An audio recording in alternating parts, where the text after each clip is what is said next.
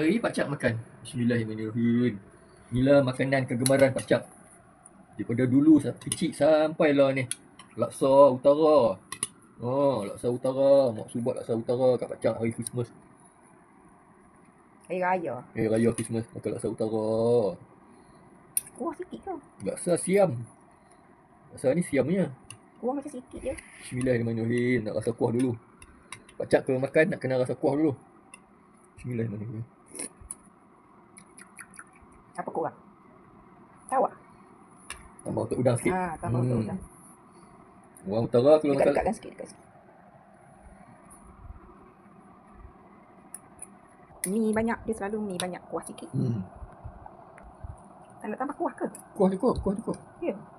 Bismillahirrahmanirrahim. Baru ada rasa.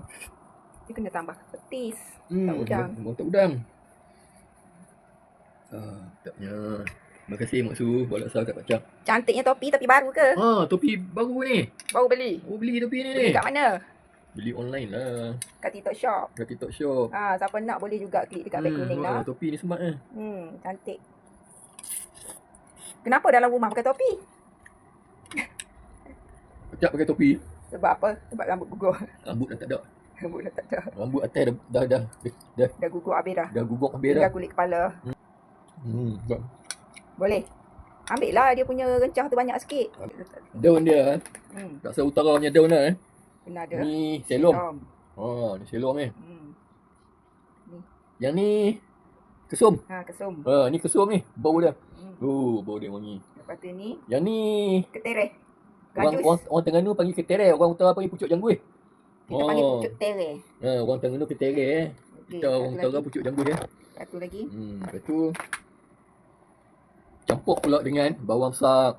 Bawang sak iris. Bawang sak. Okey. Timun. Lepas tu timun. Timun. Lepas tu.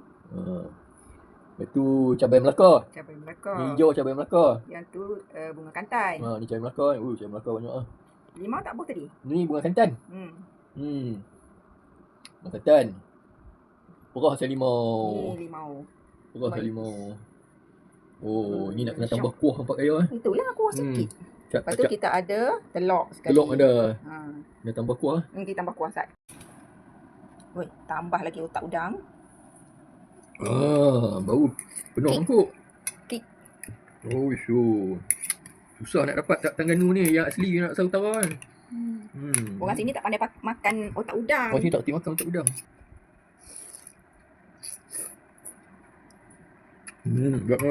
Sedap. Betul? Betul. Jangan sebab isteri yang masak. Cakap sedap, sekarang kan.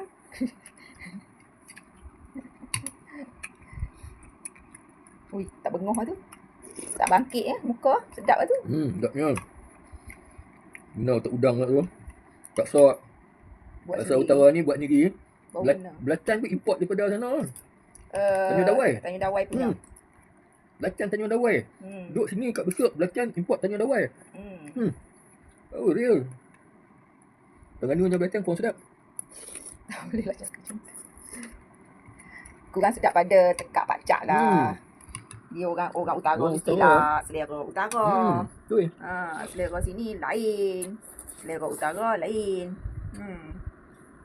Dah. Tak tipu Betul gula. Betul Tambah semangkuk je. Tapi tak apalah, makan semangkuk dulu. Tak lagi. Makan lagi. 2 jam lagi tambah lagi. Hari ni tak payah masak nasi Tak payah Perkenal laksa je. Tak bangkit muka. Tak pandang kamera dah. Tak pandang dah. Tak pandang dah. Mak mertua lalu pun tak, ni nasib baik mak mertua tak ada. Mak mertua pun tak ada lah. Kalau mak mertua lalu pun tak nampak dah. Apa kita kata makanan kegemaran. Favorite. Favorite bila kecil. Sampai lah ni. Dah tahu dia punya rasa. Mana-mana pi makan laksa Penang. Balik sana. Yang pertama sekali cari laksa. Kena dengan tekak dia. Kalau kat sini rata-rata cari tak kena dengan tekak dia lah. Sebab kat sini ada yang sedap tapi dia tak ada petis lah, tak ada otak udang. Jadi terasa dia kurang kick lah. Rasa sedap kuah dia tapi dah tak ada kick sebab tak ada otak udang.